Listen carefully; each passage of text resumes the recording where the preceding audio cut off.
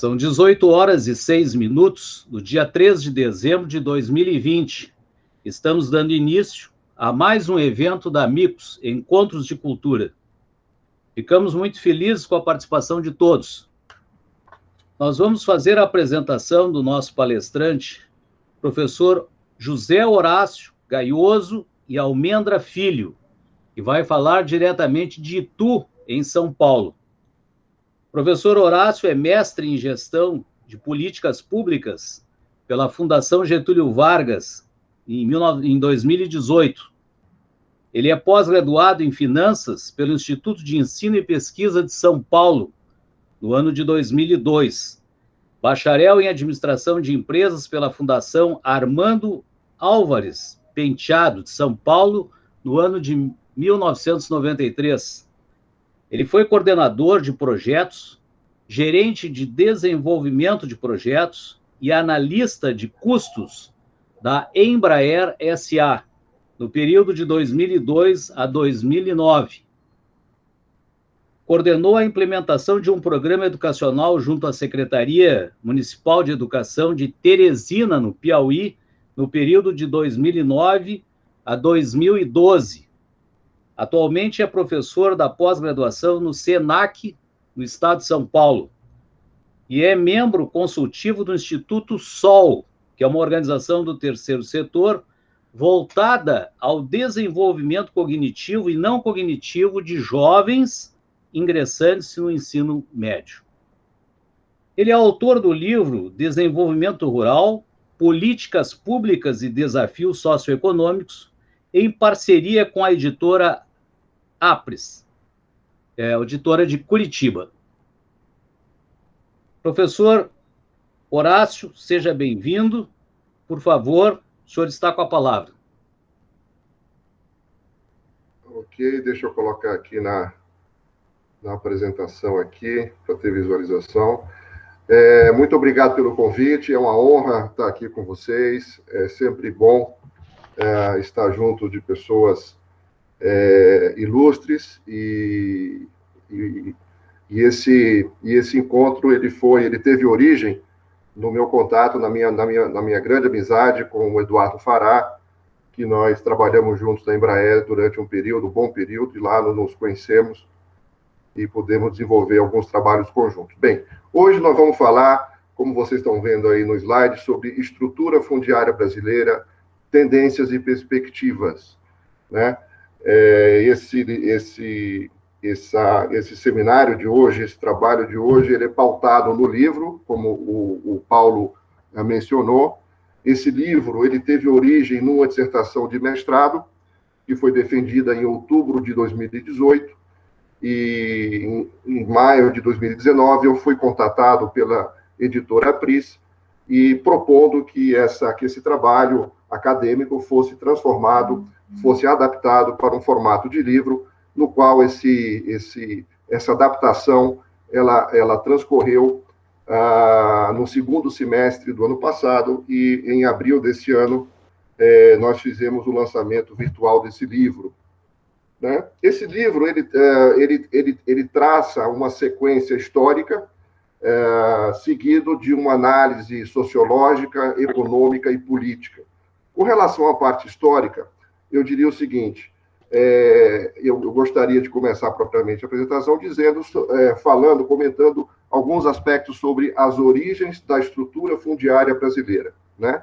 Então, o Brasil, quando ele foi descoberto, lá no primeiro quartel do século XVI, pelos portugueses, quando as caravelas de Cabral aportaram no litoral baiano, ele foi descoberto, e a maneira que os portugueses encontraram para ocupar territorialmente o Brasil colônia até então, eles usaram o Instituto da Sesmaria, né? E o que vem a ser Sesmaria? Sesmaria é um instituto que surgiu lá no século XIV, quando Portugal estava retomando as terras e expulsando os muçulmanos, os mouros, e Portugal, na época, no século XIII e XIV, usou primeiramente esse Instituto da Sesmaria. Sesmaria significa o quê? Sesmaria significa a sexta parte de um terreno, ou seja, é o tributo que aquele que cultiva a terra, ele destina a sexta parte do cultivo da terra para o governo português. Daí a origem do nome Sesmaria, né? E chegando ao Brasil, a partir de 1500, quando os portugueses cá estavam, começou um nome que nós já ouvimos muito falar durante os nossos períodos, na minha época ainda era o primário e o ginásio, né? Hoje mudou para o fundamental e ensino médio, mas eu ainda sou da época do primário e do ginásio. E aí, os portugueses, eles se utilizaram do que depois veio a ser chamado de plantations, né? Que são grandes latifúndios com trabalho escravo e com uma produção voltada para o mercado externo. Então, esse Instituto da Sesmaria, conjugado com os plantations, foi a origem da ocupação ocupação territorial brasileira. E a partir daí é o que nós tivemos como a origem do nosso, o que comumente nós falamos como latifúndio, né? Uma característica muito importante desse processo, e que só se verifica no Brasil, é que a sesmaria, diferente do conceito da sesmaria que funcionava em Portugal, a sesmaria no Brasil, ela outorgava a posse da terra, ela não outorgava a propriedade. A propriedade continuava restrita ao Império Português, ao Reino Português. Então, na época, aos capitães donatários, as capitanias hereditárias, eles tinham a posse da terra, porém não tinham a propriedade. E a partir dessas capitanias hereditárias, foi-se concedendo, foi-se utilizando do Instituto da Sesmaria como ocupação territorial do litoral para o interior do Brasil. E essa ocupação territorial, ela teve um caráter seletivo, elitista e restritivo.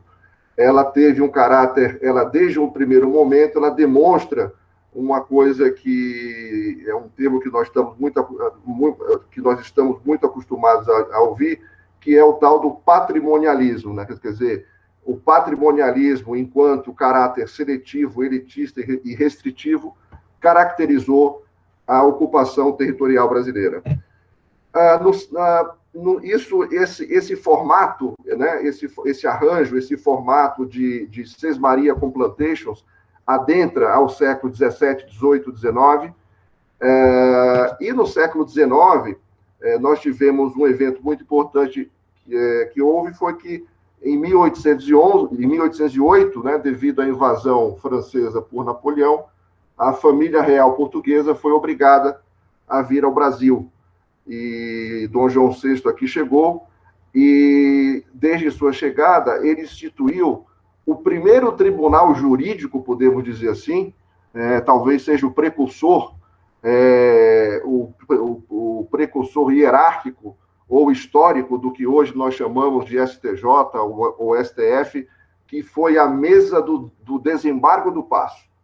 Era um tribunal de justiça que foi instituído pelo Dom João, que funcionava no centro do Rio de Janeiro, e lá eram resolvidos, eram encaminhados todos os assuntos jurídicos do então Brasil Colônia. Seguindo esse processo, nós tivemos no século XIX um outro importante acontecimento, que foi a Lei de Terras, que foi uma lei Eusébio de Queiroz 601, que é mais conhecida no mundo jurídico para quem lida com direito agrário, que é a Lei de Terras de 1850. E essa lei ela é muito importante porque foi o primeiro regramento jurídico que separava a figura do rei. Então era o Pedro II, o Dom Pedro II. Ele não mais tinha autonomia de outorgar a propriedade de terras, né? A terra no Brasil, a partir de 1850, ela tinha a característica, ela poderia ser, para quem quisesse ter acesso à terra, ela teria que ser comprada, e não mais apenas outorgada pelo Dom Pedro II. Isso foi um marco importante no direito agrário brasileiro.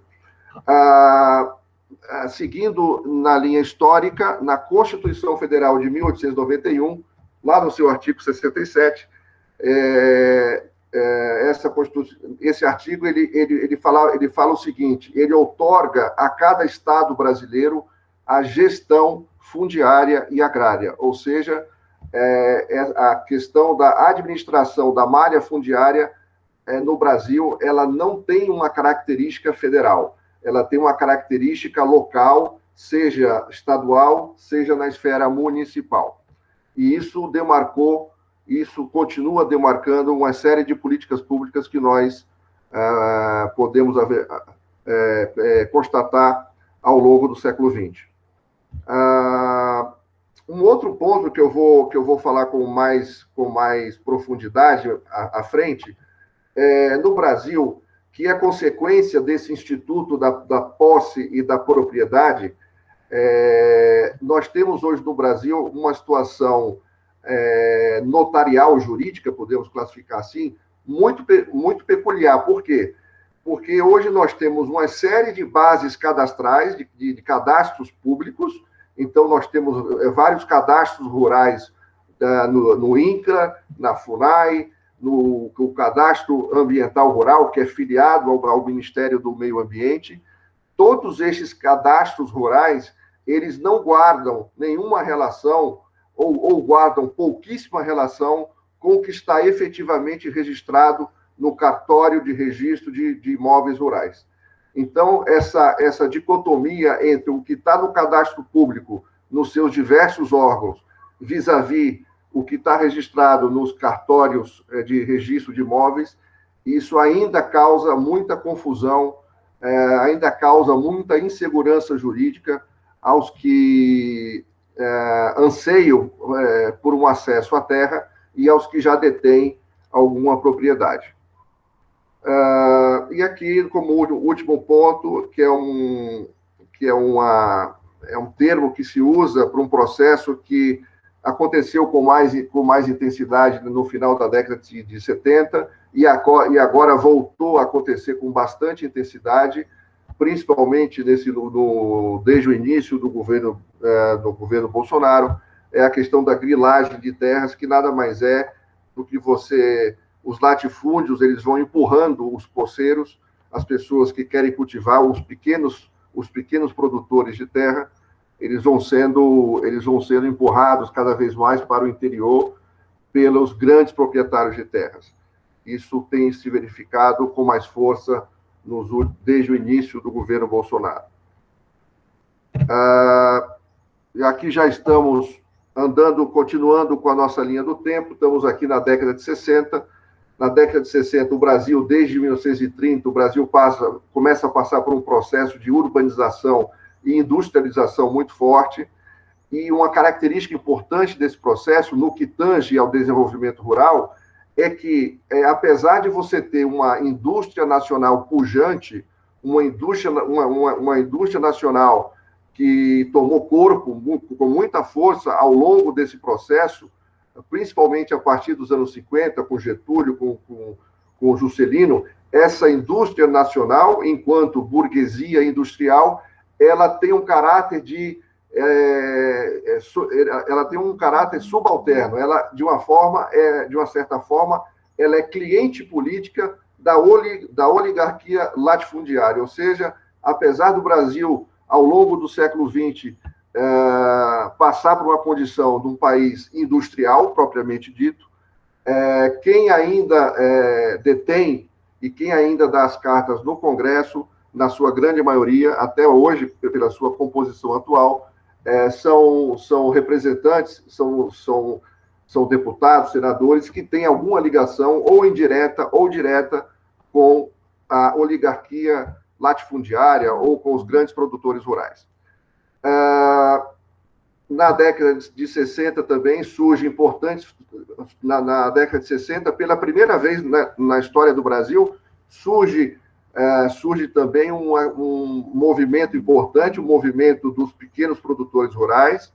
Na época, no início da década de 60, no governo João Goulart, nós tivemos as ligas camponesas do Nordeste, e esse movimento, essa manifestação por um maior direito ao acesso à terra, resultou num novo arranjo institucional, podemos dizer assim, e isso acabou sendo moldado, isso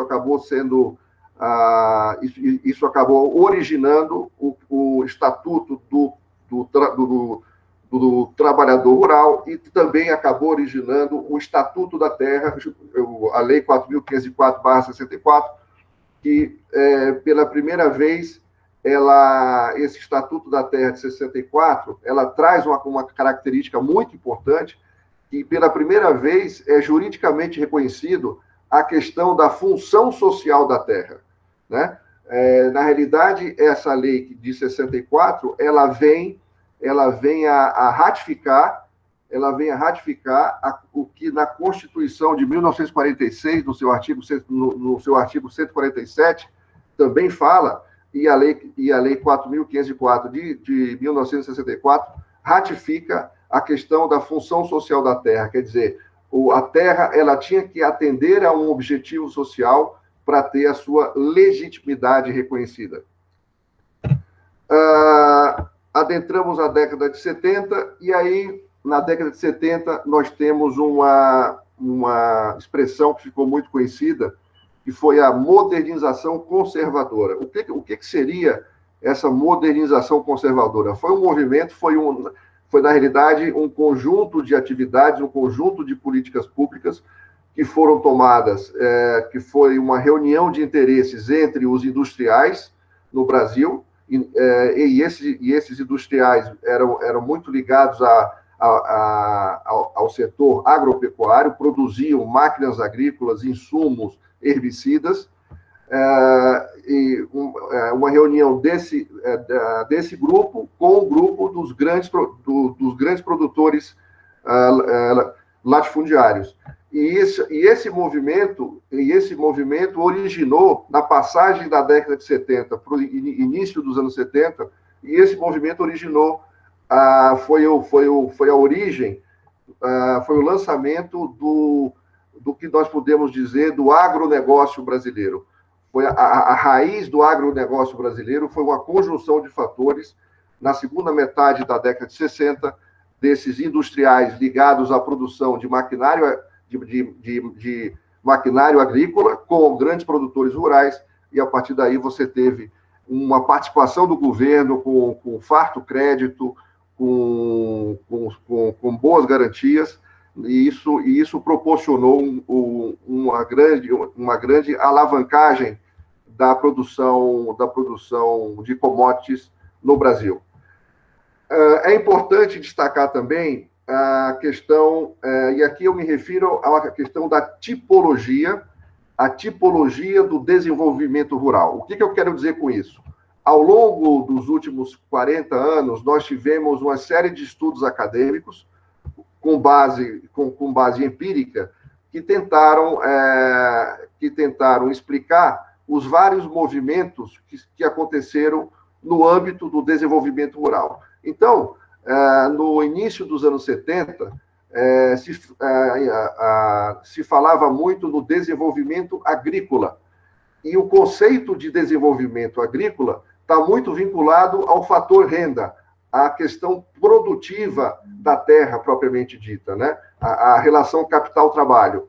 E esse conceito ele perdurou no Brasil, ele foi muito presente até o início dos anos 80, e aí segue-se uma nova onda de estudos acadêmicos para se entender não mais o desenvolvimento rural enquanto fator renda, mas também entender o desenvolvimento rural de uma forma mais holística, de uma forma mais ampla, e aí você tem conceitos como acesso à terra, políticas públicas, e não só novas instituições que procuraram explicar, naquela oportunidade, no início e meados dos anos 80, como se configurava o conceito de desenvolvimento rural no Brasil, então, transitando de desenvolvimento agrícola para o novo conceito adotado em meados da década de 80, de desenvolvimento agrário.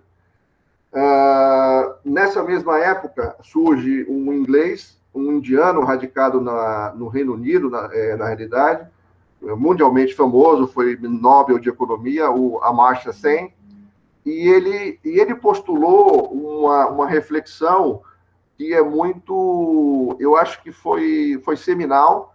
Ele postulou uma reflexão que é muito, que desencadeou uma série de estudos alternativos para se compreender efetivamente um novo significado, uma ressignificação de desenvolvimento rural. E ele falava o seguinte: olha, gente, a terra, a boa governança de terras, ela tem que ser compreendida no âmbito de um desenvolvimento social, além do crescimento econômico, além do fator renda, além do crescimento econômico propriamente dito, tem que se compreender a terra também como um fator social, acoplando ao conceito de crescimento econômico outras variáveis, como, por exemplo, variáveis sociológicas, variáveis culturais e variáveis políticas. Então, essa reflexão do Amartya Sen alargou o campo de análise do desenvolvimento rural. E nessa mesma época no Brasil, já no final dos anos 80, início dos anos 90, nós temos época que coincide com a promulgação da nossa Constituição atual, a Constituição Cidadã de 1988, nós tivemos aí um debate muito intenso, inclusive na própria Assembleia Constituinte, um debate muito intenso entre a agricultura patronal, que seriam os grandes proprietários de terra, e os pequenos agricultores, que aí não mais, decorrente até desse conceito lançado pelo Amartya Sen, não mais se via a terra como meramente um fator econômico, né? Uma visão estritamente econômica. E aí, nesse contexto, o pequeno produtor ele passou a ser chamado, na realidade, ele foi renomeado por um termo que eu acho muito profícuo, que eu acho muito oportuno, de agricultura familiar. Então, hoje no Brasil, principalmente nas últimas políticas públicas, ao longo dos últimos 20 anos, nós tivemos políticas voltadas não mais para aquele conceito do pequeno produtor, mas uma política voltada para a agricultura familiar. E, na realidade, a própria reivindicação desse grupo de agricultura familiar, ela não mais estava pautada nas relações trabalhistas, na reforma agrária. É interessante que, a partir desse momento, e aí eu estou falando bem de início dos anos 90, os agricultores familiares passam a reivindicar uma coisa que hoje ela é muito presente, que é condições de efetivamente ocupar o solo de uma maneira produtiva, de uma maneira mais justa socialmente. É esse o conceito que a agricultura familiar ela traz de novo para o debate no âmbito do desenvolvimento rural. E aí nós estamos agora no início dos anos 90, meados dos anos 90, nesse processo, né? Esse processo que eu estou aqui chamando de tipologia do desenvolvimento rural. Tivemos um primeiro momento de um conceito chamado desenvolvimento agrícola, depois tivemos um segundo momento, conforme eu comentei, de desenvolvimento agrário, e agora, avançando na linha do tempo, nós estamos aqui início para meados dos anos 90, o mundo começou a falar muito sobre clima, sobre meio ambiente, né? E dentro desse conceito, uma segunda grande onda de estudos, né? A primeira grande onda de estudos nesse campo foi no início dos anos 70, a segunda grande onda de estudos, muito influenciada pelos conceitos lançados pelo Amartya Sen. Essa segunda grande onda se dá em meados dos anos 90, já tendo como pano de fundo a questão do meio ambiente, a questão da exploração sustentável da terra, e daí vem o conceito de desenvolvimento rural sustentável, de desenvolvimento local, um enfoque mais territorial.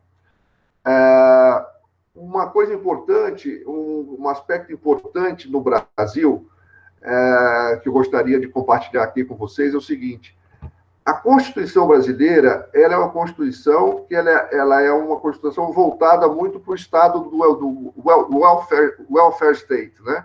É uma Constituição voltada para o bem-estar social, welfare state.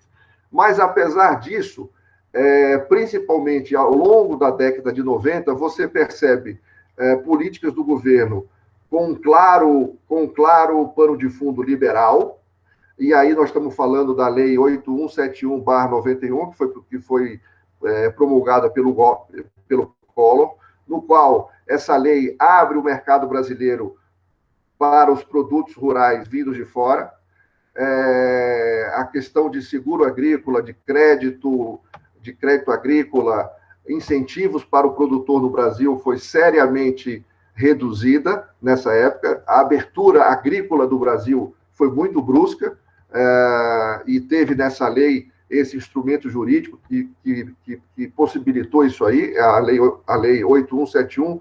Essa lei 8171, para o pessoal do setor, ela é muito conhecida como Lei Agrícola, que foi é uma lei que se refere diretamente à desregulamentação do mercado no Brasil, do mercado agrícola no Brasil. E 4 anos depois, em 1995, nós temos um outro regramento jurídico que lança um projeto, na realidade, que é o PRONAF, que é o Programa Nacional de Fortalecimento da Agricultura Familiar, em 1995, 4 anos depois da nossa lei agrícola, que foi o primeiro plano, foi a primeira política pública efetiva totalmente voltada ao apoio da agricultura familiar, não só com relação a crédito, mas também com relação à extensão rural, assistência rural e à construção de escolas no campo, né? Isso foi em 95. Essa promulgação da lei em 95, o PRONAF, né? O PRONAF, ele foi uma resposta, na época do governo Fernando Henrique Cardoso, ele foi uma resposta muito rápida a uma coisa que, na época, teve uma comoção nacional muito forte, que foi conflitos no Pará e em Rondônia, conflitos de terra, em Eldorado dos Carajás e Corumbiara, em 95 e 96, conflitos de terra que tomaram uma força nacional, que geraram uma comoção nacional muito forte, e o que nos permite dizer, o que nos permite inferir de que esse conflito, ele, em grande parte, ele proporcionou essa agilização do governo nesse regramento jurídico, dando melhores condições de acesso à terra para os pequenos produtores, para os agricultores familiares, através do PRONAF. Avançando na linha do tempo, no século XXI, nós estamos aqui, e aqui nós temos a coisa que eu mencionei alguns minutos atrás, no slide anterior, nós temos a questão do desenvolvimento territorial, né? Então, isso eu diria que é uma tendência no mundo. A Europa está fazendo isso desde o início dos anos 90, através de um programa no âmbito da OCDE, que é o LEADER. Esse programa, por uma questão de tempo, eu acho que eu não vou ter tempo de falar, talvez numa outra oportunidade. Eu estou olhando aqui, são 6h36, eu quero ver se eu consigo acabar o que eu tenho que falar até 6h45, de maneira que a gente possa ter algum bate-papo, alguma pergunta e conversar mais sobre o assunto. Então, o desenvolvimento territorial, que, na realidade, os vários governos ao redor do mundo perceberam que a questão do desenvolvimento rural apesar do mundo ser um mundo globalizado, né, a questão da terra, ela tem uma característica muito própria de cada país, ela tem uma característica muito própria de cada região, de cada local, seja na relação dos seus habitantes com o meio ambiente, seja na relação cultural que uma determinada população mantém com a terra num espaço rural delimitado. Então, foi a partir desse conceito e a partir eu diria, de uma concertação internacional que na Europa se seguiu um movimento chamado LEADER, que no Brasil teve a sua contrapartida num programa de política pública chamada PRONAT, que também não vai dar tempo a gente falar com muita profundidade, mas a gente fala numa outra oportunidade, que são programas que têm como, e aqui entra o último conceito, a última tipologia de desenvolvimento rural, que é uma tipologia rural que conversa muito, que guarda uma íntima relação com a questão do desenvolvimento local, com o desenvolvimento territorial. Nós tivemos um movimento, e aqui eu gostaria de acrescentar uma coisa importante. Essa questão do desenvolvimento rural, ele ter uma significação de desenvolvimento territorial, ela ganhou um contorno muito forte, muito específico, principalmente a partir do primeiro mandato do governo Lula, em 2003 em diante. Esse enfoque de desenvolvimento local foi adotado de 2003, 2004, pelos anos seguintes. Mais à frente, eu vou mostrar alguns gráficos referentes à reforma agrária e assentamentos rurais que tiveram grande ênfase, que aconteceram com bastante intensidade no período 2003 a 2006. E aqui, antes de entrar nos gráficos, para a gente dar uma olhada no como se comportou a questão da reforma agrária ao longo do tempo no Brasil, graficamente falando, eu queria comentar com vocês aqui uma última questão conceitual, que se diz o seguinte: num primeiro momento, quando o Brasil começou a se tornar um grande produtor de commodities, se falava na agroindústria. E nos últimos anos, começou a se falar, e hoje é o termo que se usa para isso, do agribusiness, ou agronegócio, né? E por que isso, né? Qual foi a gênese desse processo? Qual foi a gênese dessa mudança de agroindústria para agronegócio? Foram duas.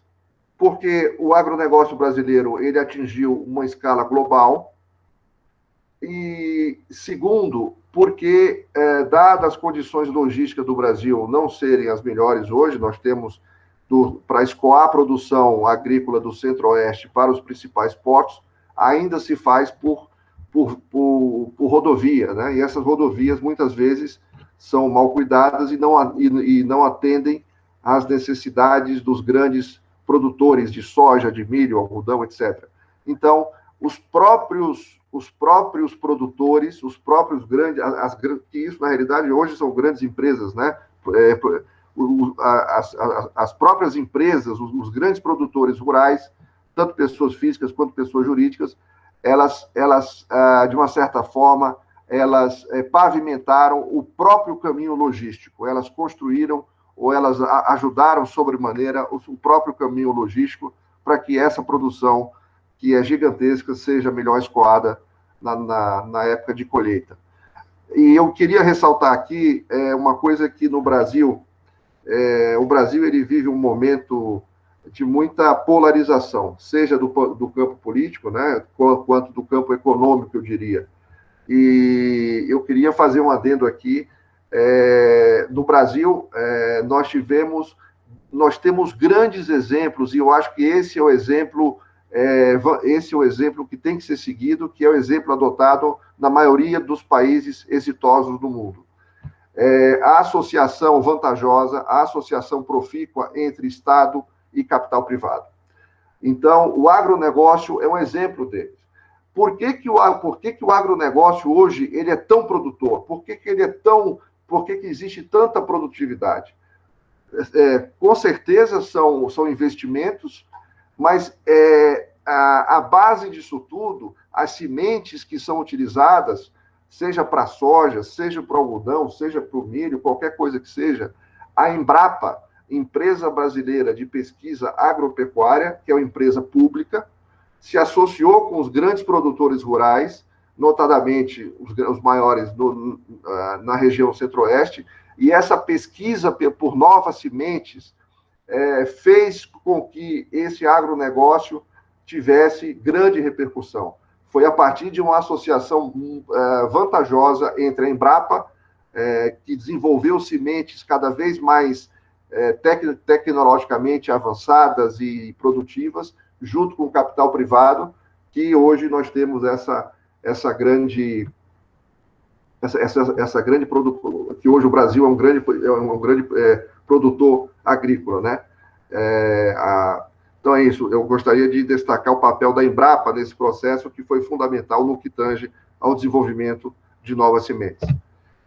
E aqui, gente, são 3 slides muito rápidos, aqui para a gente ter uma ideia de como que é a estrutura fundiária brasileira, por que o Brasil é dito que é um país que tem muita concentração fundiária. Por isso, porque nós temos propriedades de terra que tem 2.500 hectares ou mais, que é essa primeira barra horizontal do gráfico, você vê que ela é muito extensa. E quanto mais você desce no gráfico, ou seja, quanto mais as propriedades rurais elas ficam menores, você vê que existe menor participação. Esse gráfico ele é muito visual e ele mostra com muita clareza o porquê da concentração fundiária. Esse gráfico aqui é de 2006. Existia um censo, em 2017, teve um censo agropecuário, um último censo, que mostra um gráfico praticamente igual a esse. Só que eu estou usando 2006 e não 2017 por uma questão de metodologia do IBGE, e eles mudaram, mas isso se refere muito mais à questão de registro de safra agrícola, não com relação à área. Então, isso aqui a gente pode ter como muito atual, essa concentração fundiária brasileira. Aqui, esse histórico, isso aqui foi a quantidade em hectares. No eixo vertical você tem a quantidade em hectares e no eixo horizontal você tem a linha do tempo. Linha do tempo essa que começa em 1995 e vai até 2016. Então, esse pico do gráfico, essa ponta do gráfico, você vê que acontece no biênio 2005-2006, foi o período em que efetivamente o Brasil alcançou a maior quantidade de hectares destinadas à reforma agrária, que foi justamente daquilo que eu estava falando no governo Lula.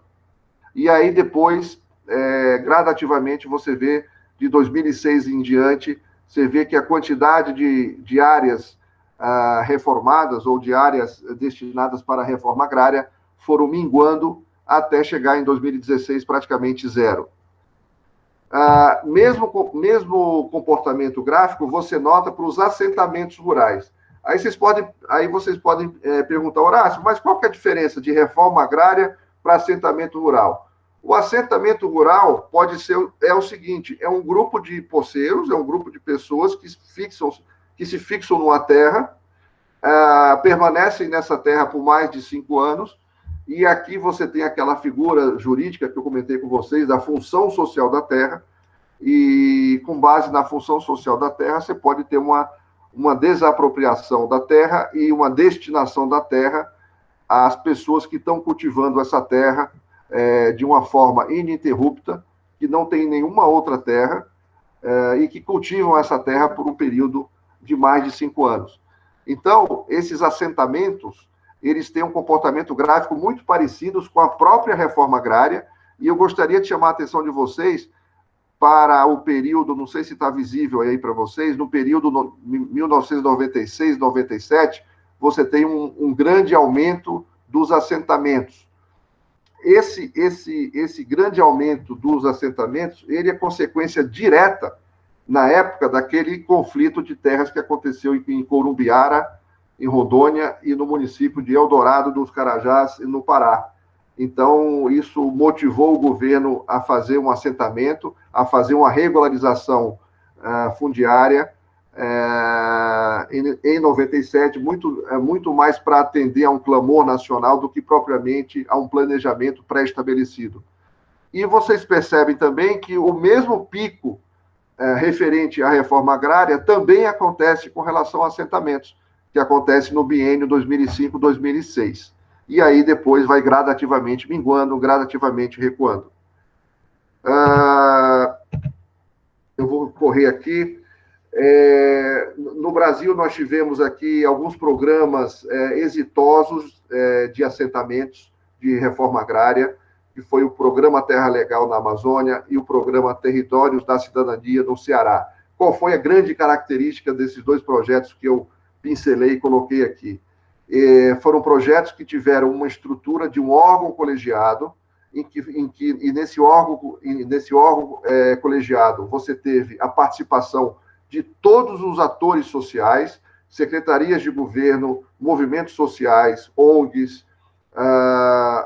INCRA, todas as autarquias federais, todo um órgão colegiado reunido, sob a coordenação do Poder Executivo, né? As atividades operacionais de regularização fundiária, de georreferenciamento, de visita às terras para serem regularizadas, tudo isso aconteceu de forma descentralizada, concomitantemente a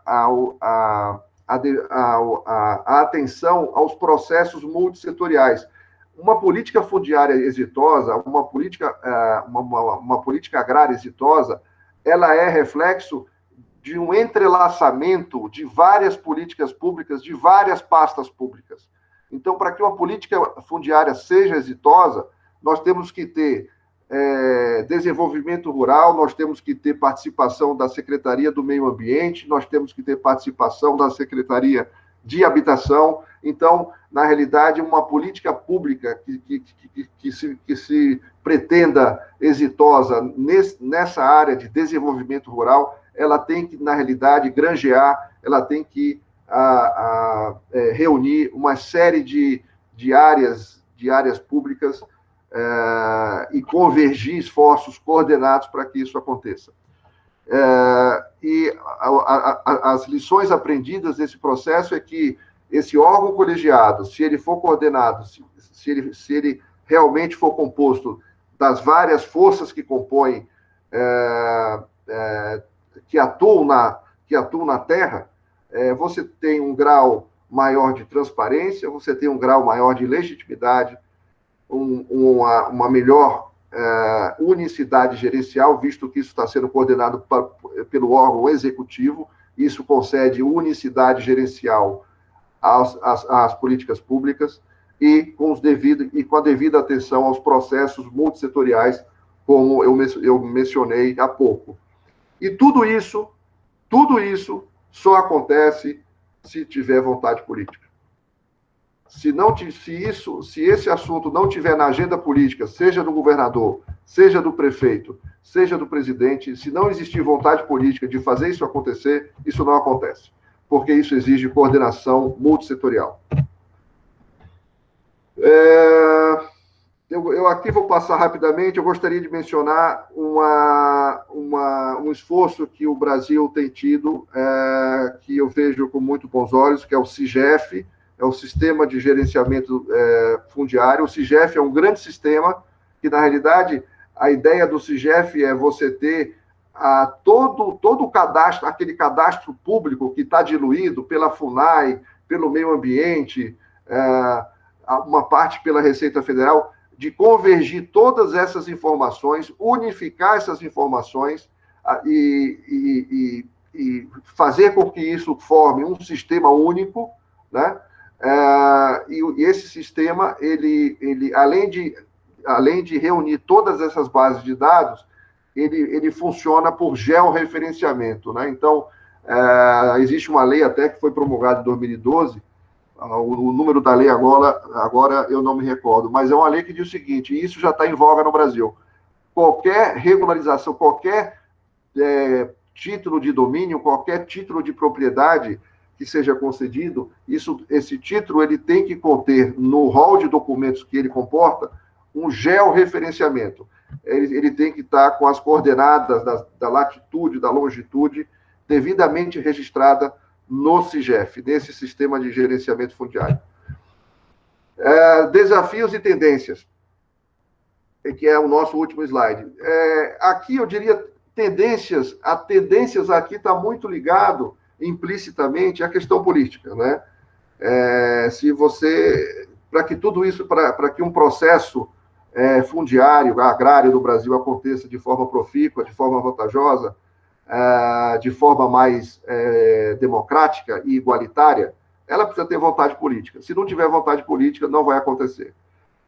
Nós precisamos urgentemente recuperar a capacidade gerencial e operacional de órgãos fundamentais nesse processo, que é o IBAMA, o Instituto Brasileiro do Meio Ambiente e de Recursos Renováveis, que é uma autarquia federal responsável pela fiscalização de toda a malha fundiária brasileira.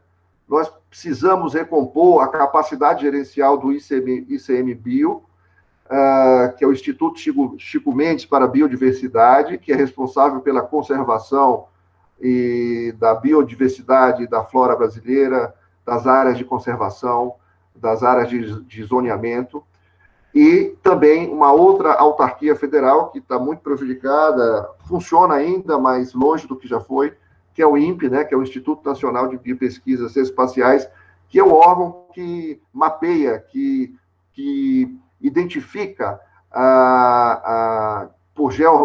via satélite e por georreferenciamento também, aonde tem focos de incêndio, aonde tem possíveis focos de desmatamento. Então, o INPE, ele se incumbe muito disso aí. Nós temos que intensificar esforços para o SIGEF, né, que é essa base de dados única, e essa base de dados única, o grande diferencial do SIGEF é que a proposta dele a partir de uma reunião de cadastros públicos, unificar isso e deixar isso em linha com os cartórios de registro de imóveis. Então, essa é a grande proposta do SIGEF, confluir todos os cartórios de registro com os cadastros públicos, para que nós tenhamos uma visão holística, para que nós tenhamos uma visão total da nossa malha fundiária. Nós precisamos reinserir o Brasil no mapa mundial das boas práticas de desenvolvimento rural sustentável. E, por último, gostaria de mencionar aqui a questão no Brasil, muito se fala de regularização fundiária. A regularização fundiária é um processo em que o SIGEF, como eu falei, toma parte, mas é um processo em que consiste basicamente o seguinte: assegurar que determinado espaço rural pertence a alguém e certificar, através de um título de domínio, um título de propriedade, que aquela terra pertence àquela pessoa. De uma maneira muito sucinta, isso seria uma regularização fundiária. Só que esse processo, ele não se encerra aí. A regularização, ela não se encerra em si. Isso precisa ser seguido de uma gestão fundiária, que é aí que entra a implementação de políticas públicas, a ação do governo, inclusive para impedir o êxodo rural e para fixar o homem no campo, de uma maneira que ele possa produzir riqueza no campo. E a última etapa desse processo seria promover a governança fundiária. E governança aqui fundiária, eu me refiro a um conceito de estabelecer o melhor equilíbrio de forças entre os vários atores sociais que compõem esse processo, e assegurar que esses vários atores sociais, sejam eles do setor privado, sejam eles do setor público, tenham uma participação condizente, para que esses processos tenham a devida transparência, a devida legitimidade, e para que a gente possa efetivamente dizer que o Brasil é um país que tem uma segurança dominial, uma segurança jurídica, e que isso, lá na frente, possa ser um fator de atração de investimentos sustentáveis. Com isso, eu encerro esses comentários que eu gostaria de compartilhar com vocês. Está a foto do livro aí, o Edu já adiantou antes da minha apresentação. Espero que eu tenha sido, enfim, didático nesse compartilhamento de conceitos que estão no livro. E eu abordei aqui, eu acho que no máximo um terço, eu consegui abordar nesse tempo aí, no máximo um terço do que está no livro. Tem muita coisa a mais para a gente falar sobre regularização, sobre gestão, sobre governança fundiária, e é isso aí. Mais uma vez, obrigado pela oportunidade aí de compartilhar isso com vocês, de ter novos amigos aí, e estou aqui aberto a comentários, estou aberto aqui a perguntas, enfim, ao que vocês demandarem. Professor Horácio, nós é que agradecemos, sem dúvida nenhuma é um tema muito instigante e demanda profundidade, estudo, né? Realmente nesse tempo aí, o tempo é bastante curto, acho que foi bem dosado.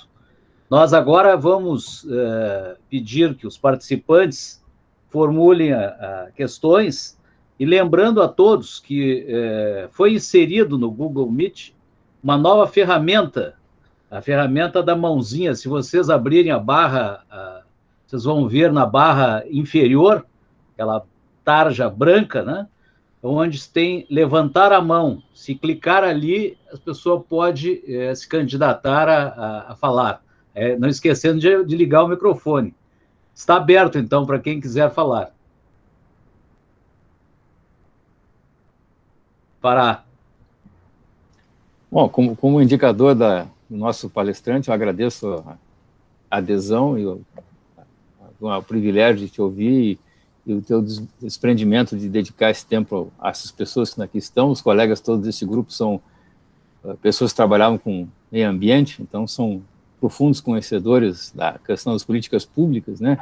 Temos aqui políticos, pessoas ligadas à questão do agro, inclusive não sei se tu sabe, tem o Antenor Ferrari, foi o nosso político que cuidou da questão dos agrotóxicos, né?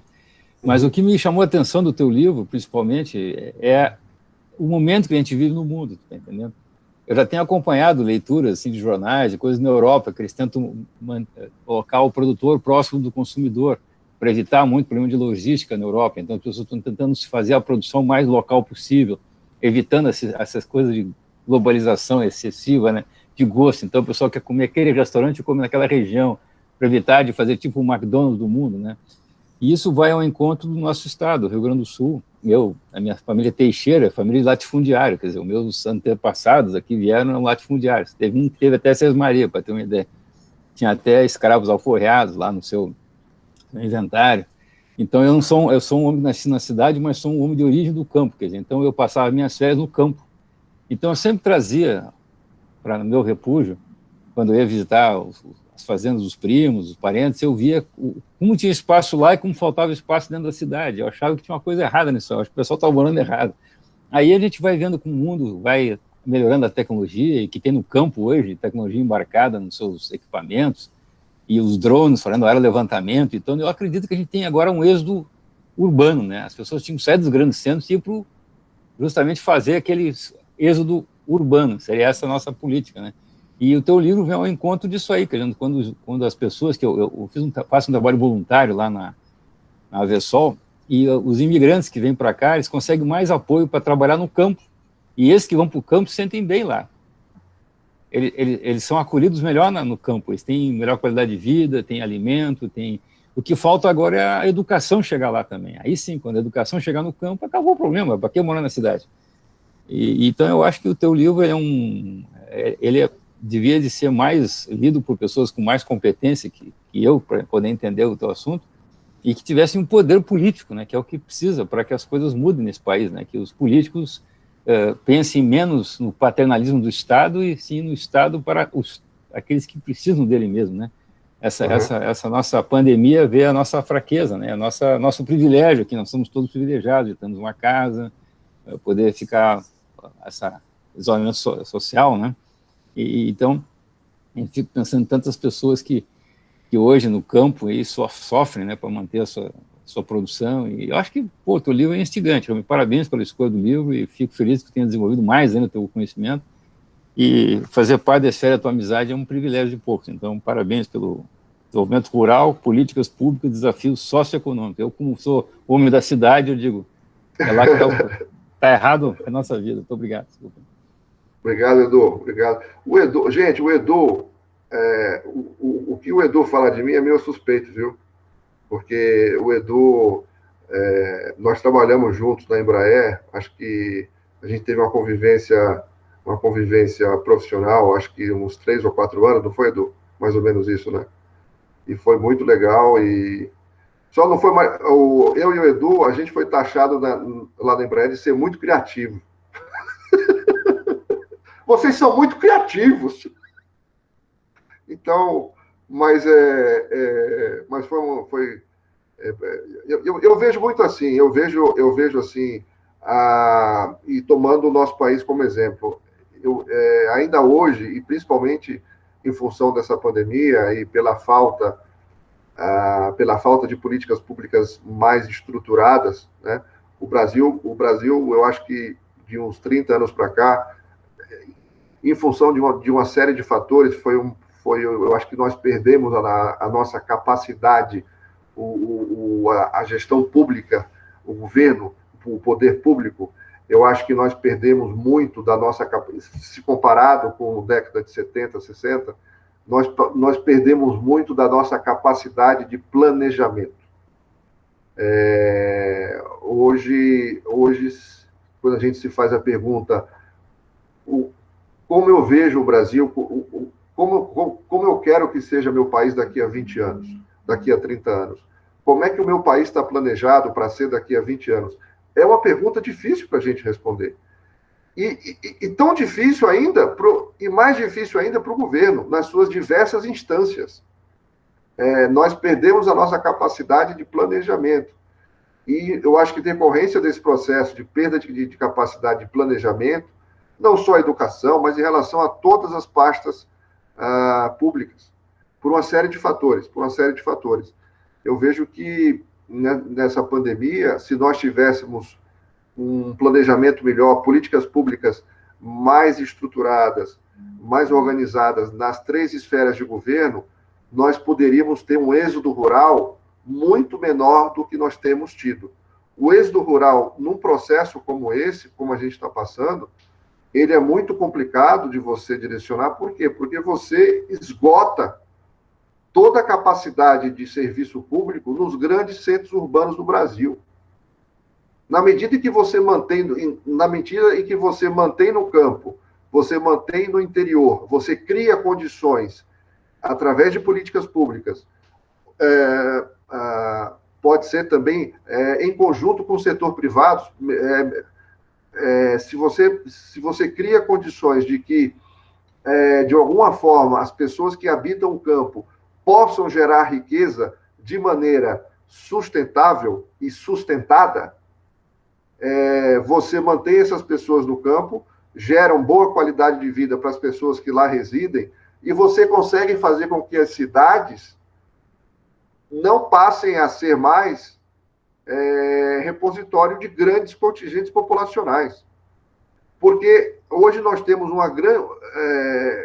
um grande contingente populacional que vem para as diversas capitais brasileiras por um motivo de que no campo não tem condição de viver, né, por uma série de motivos. Um desses motivos, o Edu mencionou: educação.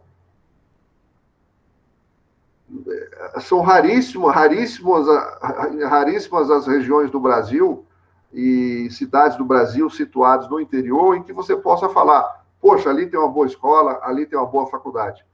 Não. Nós continuamos num processo, eu diria, autofágico até, de gerar condições para que esse êxodo rural continue acontecendo e, consequentemente, os serviços públicos, os mais variados, por mais que você invista, você não consegue dar conta da quantidade de gente que vem para as grandes cidades. Você tem um congestionamento. Então, se você inverter esse processo, eu acho que seria um processo muito mais lógico e muito mais qualitativo para a população brasileira, se você consegue, se o governo coordenasse, e aí entra a capacidade de planejamento, de você olhar a longo prazo e falar como é que eu quero o meu país daqui a 20 anos. Professor Horácio, nós vamos sugerir, se possível for, de nós suspendermos aqui a apresentação para expandir a nossa tela. Perfeito. Suspender a apresentação do PowerPoint. É possível? Possível. Você manda, Paulo. Não, eu não mando nada, eu sempre peço. Gente, o Paulo é meu professor de tecnologia, sabia? Isso. Eu estou aprendendo, estou sempre aprendendo, sem nada. Fazendo um gancho aqui, tu sabe que o Paul Collier, ele explicando sobre a questão do futuro do capitalismo, ele fala que na Inglaterra aconteceu esse fenômeno. As pequenas comunidades na Inglaterra perderam a referência. Então, os grandes centros mais poderosos, que queriam votar para que a Inglaterra se mantivesse na comunidade europeia, perdeu para justamente a esperança desses pequenos locais que ficam desprovidos. Isso na Inglaterra, que é um país que não está a 100 quilômetros do mar. Em qualquer ponto na Inglaterra está a 100 quilômetros do mar. Mudando tem que ser mudado, pensa um pouquinho. Eu estou numa questão de você trazer... Os shopping centers nos Estados Unidos foram feitos para comunidades agrárias. Eles não foram feitos para as grandes cidades. Eles faziam os shopping malls no meio das comunidades do interior, para que eles tivessem divertimento, como se tivesse numa cidade. Então, eu concordo contigo, nós temos que ver, o país precisa ser integrado, como o Rondon queria, né? Mas de outra forma, né? Mas eu acho que nós não vamos fugir desse negócio, porque na cidade não tem mais espaço para se morar. As cidades estão muito grandes, Rio de Janeiro não tem lugar para tudo, né? São Paulo, que é onde tu conhece melhor que eu, moramos muito tempo lá, São José dos Campos já faz parte da grande São Paulo, né? Já é região metropolitana, então 80 quilômetros da cidade já está grudado uma na outra. Porto Alegre também tem aqui Canoas, cidades muito próximas. Então, ao encontro do teu desafio, esse desenvolvimento rural, eu diria que é desenvolvimento nacional, porque se o campo for bem, a cidade vai bem. É inexorável. Edu, eu estou totalmente em linha contigo. Eu acho que a gente precisa, como sociedade civil, a gente precisa repensar o nosso país. A gente precisa repensar repensar o país e eu acho que projetar como é que nós queremos estar daqui a 20 anos. Às vezes parece até meio utópico, né? Mas eu acho que se a sociedade civil pudesse organizar e ajudar e trabalhar conjunto, né? E propor e ser construtiva e propor soluções e você com isso encontrar canais de locução, canais de comunicação com os setores do governo, com os setores, com o próprio terceiro setor, que é muito ativo nisso também. Eu acho que nós estamos num momento, em função muito dessa pandemia, que a gente precisa repensar muito o nosso país, repensar como é que a gente pode distribuir mais qualitativamente a nossa população pelo nosso território. E o Brasil é um país privilegiado.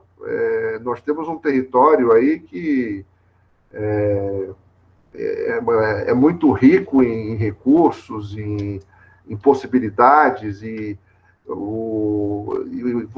ao lado disso, você tem N estudos que você comprova que a população, quando ela fica na sua região, quando você evita o êxodo rural, quando ela fica na sua região, você cria uma sensação de pertencimento para essas pessoas.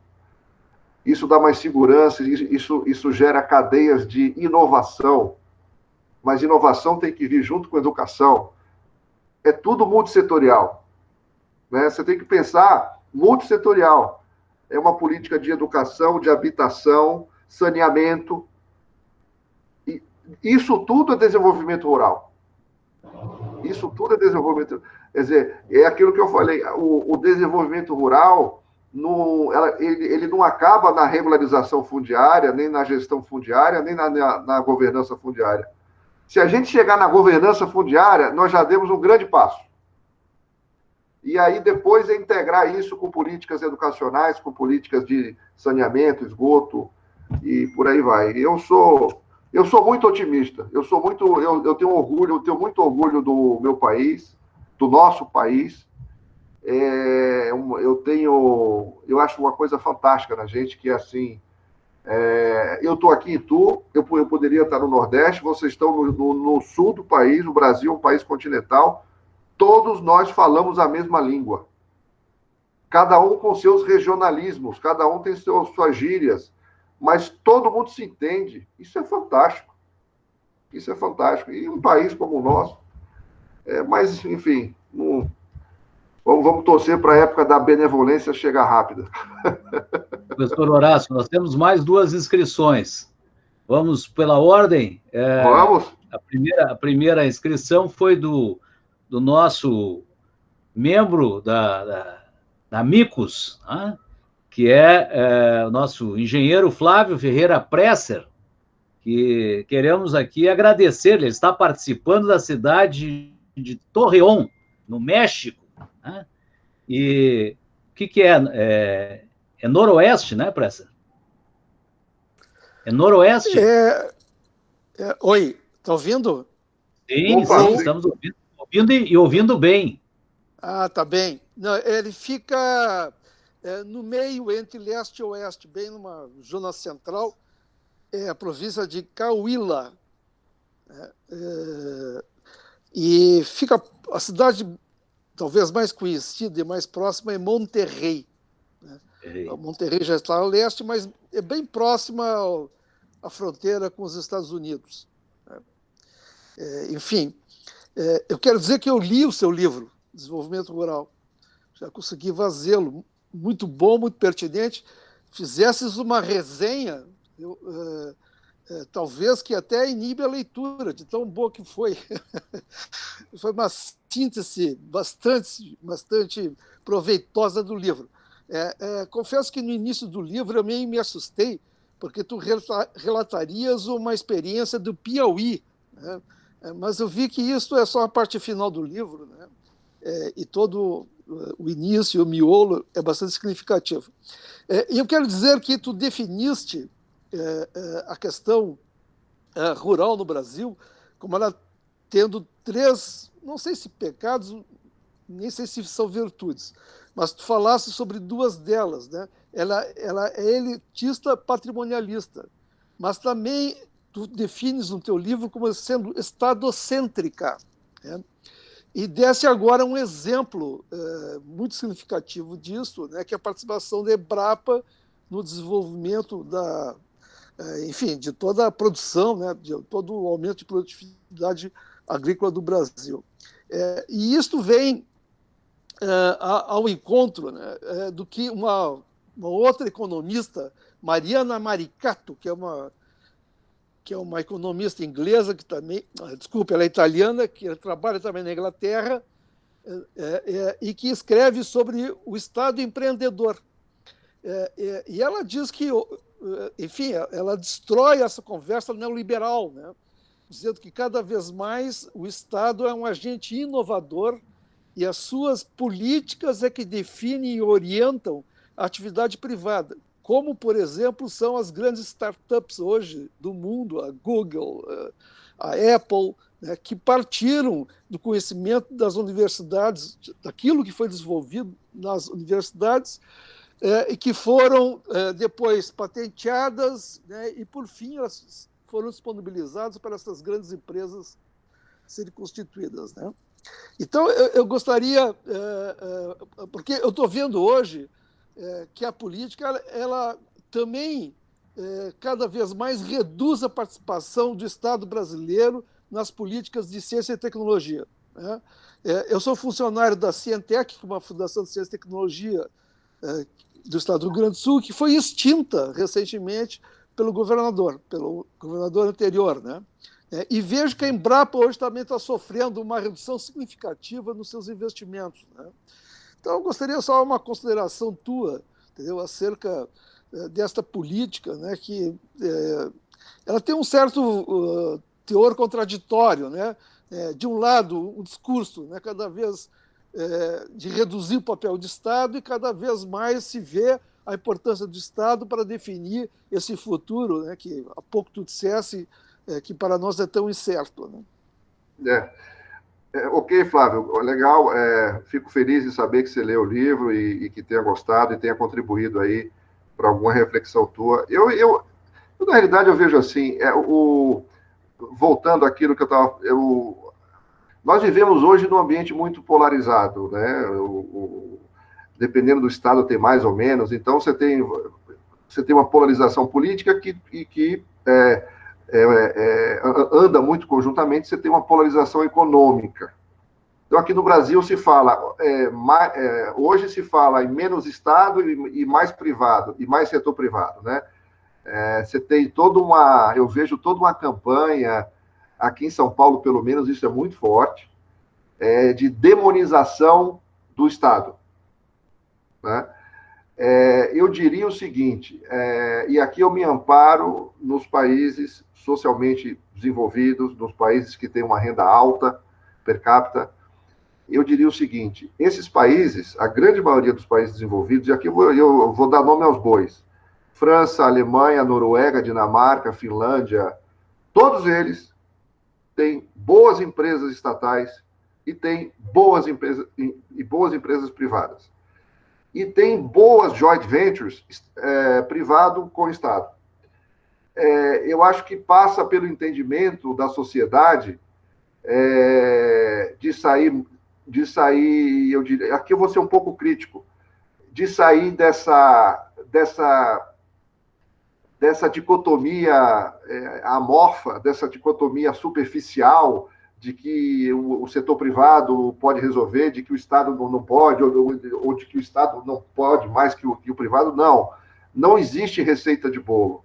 O que eu acho é que existem determinadas, nessa linha do que você está colocando, eu vejo como existem determinadas linhas de ação, determinados setores estratégicos que eu acho que têm que ser puxados pelo Estado. Infraestrutura, educação, investimento em tecnologia, saneamento. Isso não quer dizer que não tenha participação privada, mas isso tem que ser planejado e puxado pelo Estado. E em alguns momentos, o setor privado é muito bem-vindo. Eu acho que nós temos que sair desse clausuro excludente, ou Estado ou privado. Não. Eu acho que existe espaço, ainda mais no Brasil, com as carências que nós temos, eu acho que nós temos, sim, que ter algumas áreas estratégicas que tem que ter ação do Estado. Por quê? Porque tem que visar o bem comum. E algumas outras áreas estratégicas pode, eventualmente, ter participação do setor privado. Aqui eu estou me referindo a 3 ou 4, como eu te relatei. Agora, não faz nenhum sentido o Estado produzir sapato. Não faz nenhum sentido o Estado produzir carro. Agora, faz sentido o Estado planejar a infraestrutura de um país. Faz sentido o Estado planejar a educação pública. Faz sentido o Estado planejar e, na grande maioria das vezes, injetar recursos em pesquisa e desenvolvimento. Aliás, isso acontece num país chamado Estados Unidos. Quem puxa pesquisa e desenvolvimento é o Estado, não é o privado. Ele puxa pesquisa e passa para o privado. E ele embala isso como liberal. Eu vejo muito assim, eu vejo muito você sair dos polos. Eu acho que o que nós precisamos é sair dos polos. Eu vou citar dois exemplos em que nós tivemos êxito, um sucesso formidável nessa junção de forças do Estado com o setor privado. A própria Embrapa, junto com os grandes produtores lá do Centro-Oeste, né? Nós tivemos esse agronegócio aí fantástico. A própria Embraer. A Embraer, ela nasceu estatal, ela ficou estatal, ela ganhou projeção internacional estatal, ela era uma empresa altamente lucrativa quando foi privatizada. Né? E por muito tempo, eu não sei se ainda tem, eu não sei se o Edu pode me ajudar nessa ou não, mas eu acho que a grande maioria dos funcionários da Embraer hoje, pelo menos o pessoal da engenharia, são funcionários que estão lá há 30, 40 anos, que são egressos do ITA. Então, eu acho que esses são exemplos em que dependendo da situação, você pode ter uma participação muito vantajosa do setor público com o setor privado. O que eu acho que a gente tem que ter, eu acho que um governo tem que ter, é bom senso, de eleger áreas prioritárias, que são áreas que visam o bem comum. Infraestrutura, saneamento, educação, energia. Isso tem que ser planejamento de país. Qual é a nossa matriz energética? O que nós queremos ser? Isso tem que ser planejamento de governo. O Estado, o setor privado pode entrar como parceiro? Pode. Eventualmente pode entrar. Mas é muito em cima disso, quando eu mencionei aquilo de nós perdemos, o nosso governo perdeu a nossa capacidade de planejamento, de visualizar o Brasil, o país, daqui a 10, 15, 20 anos. Não sei se eu respondi a tua pergunta, mas eu acho que uma solução que a curto prazo, que poderia gerar, Flávio, retornos fantásticos, seria essa reaproximação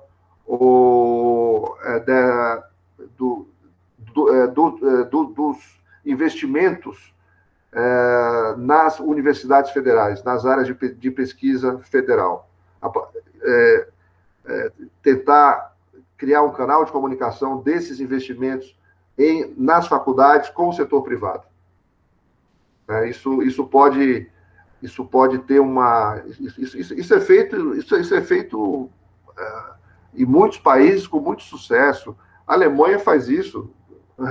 A Volkswagen, as grandes indústrias de bens de capital na Alemanha, é o governo atuando junto com o setor privado, do governo investindo pesado em pesquisa, tecnologia, formando gente e, de alguma forma, beneficiando as suas empresas, as suas multinacionais, sejam elas do setor automobilístico, do setor siderúrgico.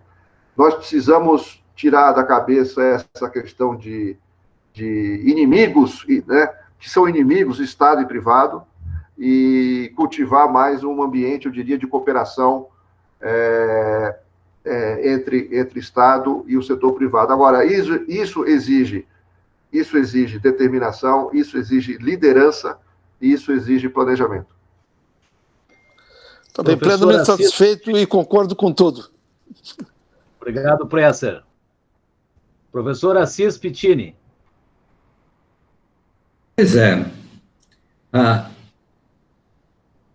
José Horácio, a resposta já está dada, mas eu gostaria de fazer um comentário, porque existem uns conceitos que se misturam.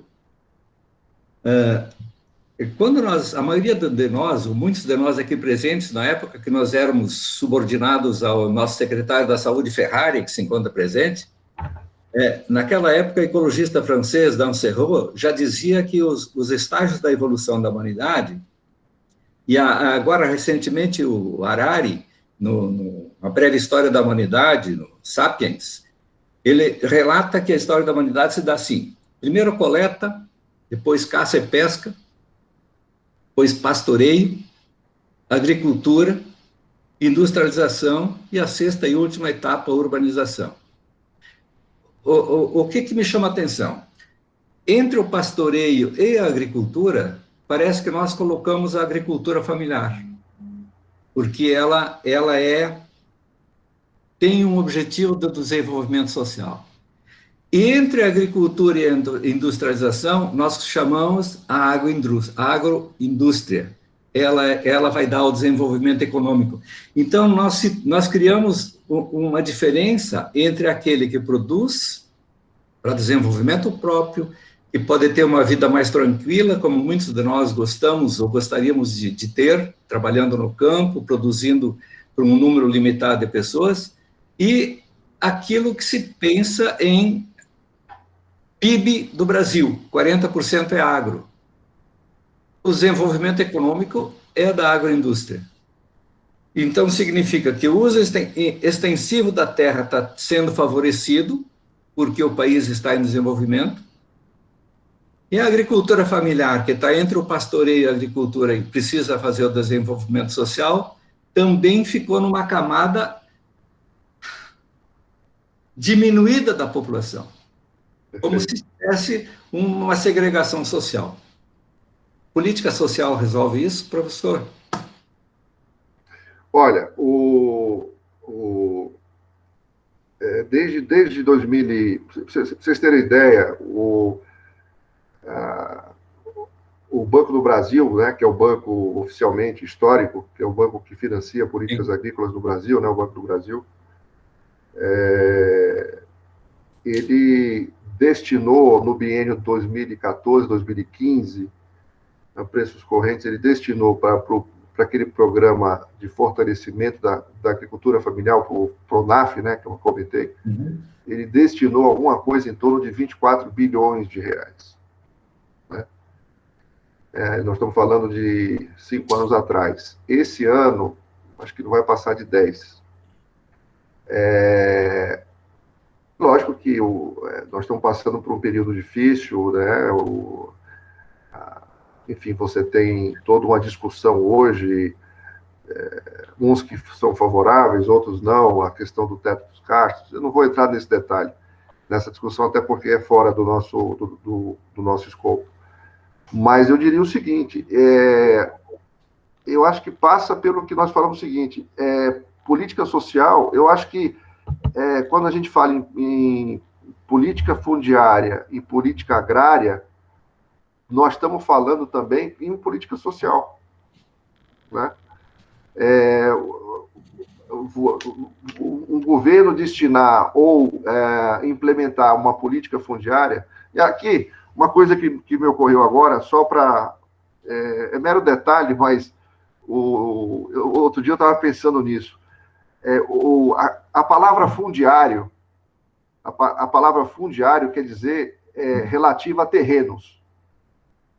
A palavra fundiário quer dizer relativo a terrenos. O fundiário pode se referir, dependendo do contexto, à questão urbana, tá? Mas aqui no caso é rural. Mas o fundiário, ele é uma palavra relativa a terrenos. E o agrário, efetivamente, o agrário quer dizer do campo, né?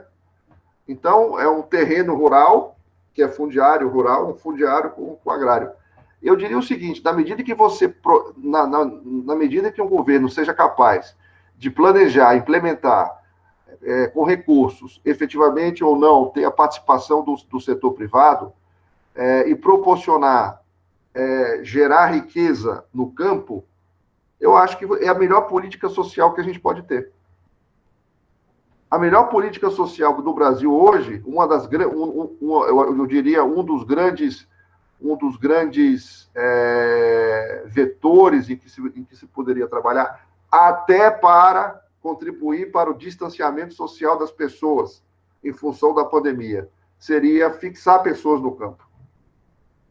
As pessoas ficam mais distantes.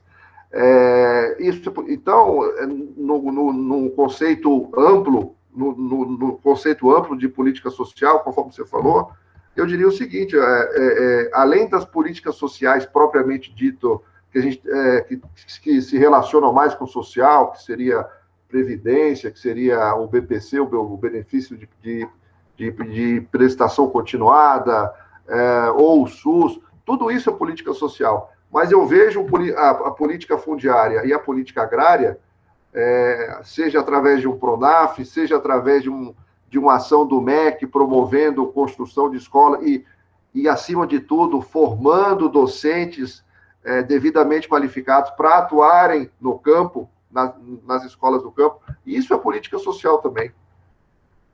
Eu vejo uma conjunção de políticas aí, de políticas agrárias, fundiárias, políticas educacionais e, por que não dizer, políticas sanitárias, no sentido de uma coisa que nós somos muito, que temos ainda muito que caminhar, a questão do saneamento esgoto, né? Mas se eu bem entendi a tua colocação, se eu te respondi, não sei, eu vejo muito por aí que política fundiária e política agrária está dentro de um grande guarda-chuva que a gente pode chamar de política social. Muito bem. Já estamos 19 horas e 31 minutos, então nós vamos encaminhar para o nosso encerramento. E, professor Horácio, em nome da Amicus Encontros de Cultura, receba os nossos agradecimentos e a gratidão pela excelente palestra que o senhor proferiu para o nosso grupo. Registramos a participação dos amigos Flávio Presser, engenheiro Flávio Presser. Insistimos aqui que a participação dele está se dando do exterior, lá do México.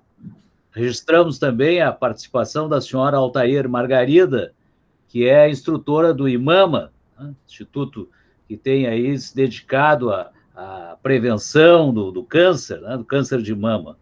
E registramos também a presença do professor Assis Pittini e da engenheira química, que também está acompanhando, que é engenheira química Carmen Níquel.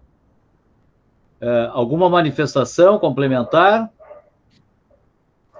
Então, vamos... Só quero aproveitar para encerrar aqui, assolado pelo José Horácio, eu sugeri uma leitura, Elos entre o mercado, Embraer, Elos entre o mercado e o Estado, que ele fala justamente a questão da gestão. A Embraer melhorou quando passou da gestão pública ineficiente para a gestão privada eficiente. Então, não tem que privatizar, é só mulher a gestão. Mantém público, mas com a gestão de governança do estilo privado. Remuneração, exigência de resultado, é só isso, não precisa... Não o dono que muda, é aquele que usa a propriedade. Também. Muito bem.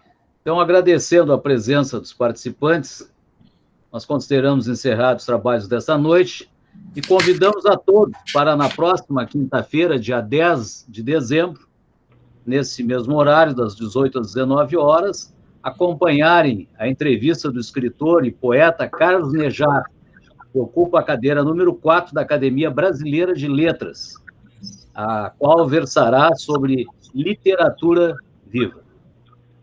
Uma boa noite a todos. Mais uma vez, obrigado ao nosso palestrante, professor. Obrigado. Bom fim de semana. Valeu, gente. Obrigado.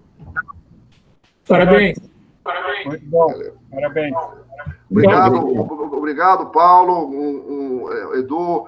Meu grande abraço a todos. Prazer estar aqui com vocês, desse grupo muito legal da Amicus. Pode ser associado ao Amicus ou não? Sempre. Então, tem alguma ficha para preencher, Paulo, para eu poder me associar? A sua participação já está inscrito. Olha. Tá bem. Obrigado, viu, gente? Obrigado pela oportunidade, obrigado pela atenção, um grande abraço e saudações coloradas e grenais, né? Coloradas. Tricolores. Tricolores. Tá bem. Um abraço. Valeu. Tchau. Tchau.